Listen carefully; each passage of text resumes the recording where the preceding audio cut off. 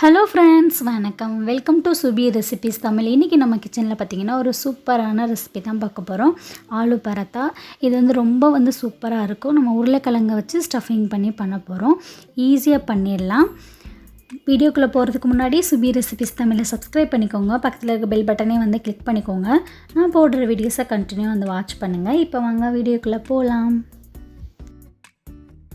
First aloo paratha பண்ணுறதுக்கு நம்ம மாவு பிசைஞ்சு வச்சிடலாம். இந்த இதுக்கு ரொம்ப மாவு சாஃப்டாக இருந்தால் ரொம்ப நல்லாயிருக்கும் இந்த ரெசிபி. அதனால் ஃபஸ்ட்டு நம்ம மாவு பிசைஞ்சு வச்சுக்கலாம்.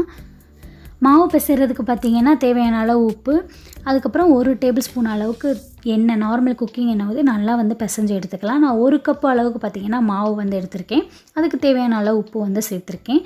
கொஞ்சம் கொஞ்சமாக தண்ணி விட்டு பார்த்திங்கன்னா நல்லா சாஃப்டான பதத்துக்கு மாவு பிணைஞ்சு எடுத்துக்கலாம். இப்போ மாவு பிசைஞ்சு எடுத்தாச்சு. இது நல்லா ஊறட்டும். கொஞ்சமாக 1 டேபிள் ஸ்பூன் எண்ணெய் ஊற்றி மேலே காயாமல் எண்ணெய் அப்ளை பண்ணி நல்லா ஊற விட்டுறலாம். நம்ம ஸ்டஃபிங் ரெடி பண்ணணும். அது வரையும் நல்லா ஊறட்டும். இப்போ ஸ்டஃபிங்க்கு பார்த்திங்கன்னா ஒரு 4 உருளைக்கிழங்கு நல்லா மசிச்சு எடுத்திருக்கேன். கொஞ்சம் கூட பார்த்திங்கன்னா கட்டி இல்லாமல் மசிச்சு எடுத்துக்கணும். அப்போனா தான் ஸ்டஃபிங் வைக்கும்போது கரெக்டாக வரும். ஒரு 1/2 டீஸ்பூன் பார்த்திங்கன்னா மஞ்சள் தூள் சேர்த்துருக்கேன். ஒரு டீஸ்பூன் பார்த்திங்கன்னா மல்லித்தூள் சேர்த்துக்கிறேன். ஒரு 1/2 டீஸ்பூன் பார்த்திங்கன்னா மிளகாத்தூள் சேர்த்துக்கிறேன். 1 ஸ்பூன் கிட்ட பார்த்திங்கன்னா ஜீரகத்தூள் சேர்த்துக்கிறேன். ஒரு 1/4 ஸ்பூன் கிட்ட பார்த்திங்கன்னா கரம் மசாலா சேர்த்துக்கிறேன். ஒரு 1/2 ஸ்பூன் கிட்ட பார்த்திங்கன்னா மிளகுத்தூள் சேர்த்துக்கிறேன். இது எல்லாமே உங்களுடைய காரத்துக்கு ஏற்ற மாதிரி நீங்கள் அட்ஜஸ்ட் பண்ணிக்கோங்க. இப்போ இது எல்லாமே சேர்த்துட்டு பார்த்திங்கன்னா லாஸ்ட்டாக சன்னா மசாலா ஒரு 1/2 ஸ்பூன் பார்த்திங்கன்னா ஆட் பண்ணுறேன். இது நல்ல ஒரு புளிப்பு சுவை கொடுக்கும், நல்ல டேஸ்ட்டாக இருக்கும். அப்புறம் தேவையான அளவு உப்பு, இது எல்லாமே சேர்த்துட்டு பார்த்திங்கன்னா நல்லா மிக்ஸ் பண்ணி எடுத்துக்கலாம்.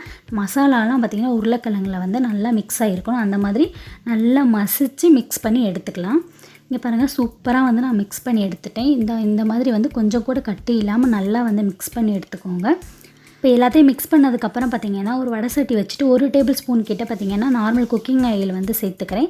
சேர்த்துட்டு பார்த்திங்கன்னா நம்ம ஒரு பெரிய வெங்காயம் பொடி பொடியாக கட் பண்ணி வச்சுருந்தேன். அதை சேர்த்துக்கோங்க. பெருசாக இருந்தால் உள்ளக்க ஸ்டஃபிங்க்கு சரியாக இருக்காது. முடிஞ்ச அளவுக்கு ரொம்ப குட்டி குட்டியாக கட் பண்ணி எடுத்துக்கோங்க. இப்போ அதையும் எண்ணெயில் சேர்த்துட்டு நல்லா மிக்ஸ் பண்ணி எடுத்துக்கலாம். லேசாக நல்லா வதங்கி வந்தால் போதும். அந்தளவுக்கு மிக்ஸ் பண்ணி எடுத்துக்கலாம், வதக்கி எடுத்துக்கலாம். வெங்காயம் நல்லா வதங்கிலே பார்த்திங்கன்னா ஒரு 1/2 ஸ்பூன் அளவுக்கு இஞ்சி பூண்டு பேஸ்ட்டு சேர்த்து நல்லா வதக்கி எடுத்துக்கலாம். இஞ்சி பூண்டு பேஸ்ட்டோட பச்சை வாடை போனதுக்கப்புறம் நம்ம மிக்ஸ் பண்ணி வச்சுருக்க உருளைக்கிழங்கு மசாலாலாம் மிக்ஸ் பண்ணி வச்சுருக்கோம் இல்லையா, அதையும் சேர்த்து நல்லா வெங்காயத்தோட மிக்ஸ் ஆகிற அளவுக்கு நல்லா சூடுபடுத்தி எடுத்துக்கலாம். உருளைக்கிழங்கு சேர்த்ததுக்கப்புறம் பார்த்திங்கன்னா ரொம்ப நேரம் இருக்கணும்னு அவசியம் இல்லை. நம்ம வெங்காயத்தோட மிக்ஸ் ஆகிற அளவுக்கு இருந்தால் போதும். அவ்வளோதான். நல்லா மிக்ஸ் பண்ணி எடுத்துகிட்டேன். இறக்கையில் பார்த்திங்கன்னா நல்லா பொடி பொடியாக கட் பண்ண மல்லித்தலை மட்டும் சேர்த்து நல்லா மிக்ஸ் பண்ணி எடுத்து ஆற விட்டுடலாம். இங்கே பார்த்திங்கன்னா நம்ம பிணைஞ்சு வச்சுருந்த கோதுமை மாவு நல்லா சாஃப்டாக ஊறி ரெடியாக இருக்குது. இப்போ நம்ம சப்பாத்தி திரட்ட ஆரம்பிச்சிடலாம். நீங்கள் எவ்வளோ சைஸ் எப்பயும் சப்பாத்தி திரட்டுவீங்களோ அந்தளவுக்கு மாவு எடுத்துக்கோங்க. நான் ஒரு மீடியம் சைஸான சப்பாத்தி மாவு உருண்டை எடுத்துக்கிறேன். எடுத்துகிட்டு பார்த்திங்கன்னா நல்லா ஒரு திக்காக கொஞ்சம் திக்காக நம்ம திரட்டி எடுத்துக்கலாம். அதுக்கப்புறம் பார்த்திங்கன்னா நல்லா திரட்டி எடுத்ததுக்கப்புறம் பார்த்திங்கன்னா நம்ம ஸ்டஃபிங் ரெடி பண்ணி வச்சுக்கோம் இல்லையா, அதை ஒரு உருண்டை அளவுக்கு உருட்டிட்டு சின்ன நெல்லிக்காய் சைஸ் அளவு உருட்டி நம்ம எடுத்துக்கலாம். நம்ம எந்த அளவுக்கு பெருசாக சப்பாத்தி தேய்க்கிறோமோ அந்த அளவுக்கு பார்த்து எடுத்துக்கோங்க. அதை அப்படியே மடிச்சுட்டு பார்த்திங்கன்னா நம்ம லேசாக திரட்டி விட்டுக்கலாம். நம்ம அதிகமாக ப்ரெஸ் கொடுத்து தேய்ச்சோம் அப்படின்னா நம்மளுக்கு உருளைக்கிழங்கு நிறையா வெளியே வந்துடும். அந்தளவுக்கு இல்லாமல் லேஸாக இந்த மாதிரி ப்ரெஸ் பண்ணி எடுத்துக்கோங்க. லேசாக நம்மளுக்கு உருளைக்கிழங்கெல்லாம் வெளியே தெரிஞ்சது அப்படின்னா ரொம்ப சூப்பராக இருக்கும். உருளைக்கிழங்கு ஸ்டஃபிங் ரெடி பண்ணும்போது நல்லா சுத்தமாக நல்லா மசிச்சு எடுத்துக்கணும். நம்மளுக்கு திட்டாக உருளைக்கிழங்கு இருந்தது அப்படின்னா நம்ம ஸ்டஃபிங் பண்ணும்போது நல்லா வராது. அவ்வளோதான். நம்ம பரத்தா நம்ம ரெடி பண்ணிட்டோம். இப்போ அதை தோசைக்கல்லில் போட்டு எடுத்துக்கலாம். நீங்கள் நெய் விட்டு கூட சுட்டு எடுத்துக்கலாம். ரொம்ப சூப்பராக வரும். நம்ம ரொம்ப நேரம் ஊற விட்டனால பார்த்திங்கன்னா சப்பாத்தி நல்லா பொஃப்னு வரும். ரொம்ப சூப்பராக இருக்கும். நம்மளுக்கு சைடிஸ் எதுவுமே தேவையில்லை. ரொம்ப நல்லா சாஃப்டாக டேஸ்டியாக இருக்கும். கொஞ்சம் மீடியம் ஃப்ளேமில் வச்சு சுட்டு எடுத்தோம் அப்படின்னா நம்மளுக்கு உள்ள ஸ்டஃபிங்கும் பார்த்திங்கன்னா நல்லா வந்து வெந்து நல்லா வாசனையாக வந்து இருக்கும் ஆலு பராத்தா.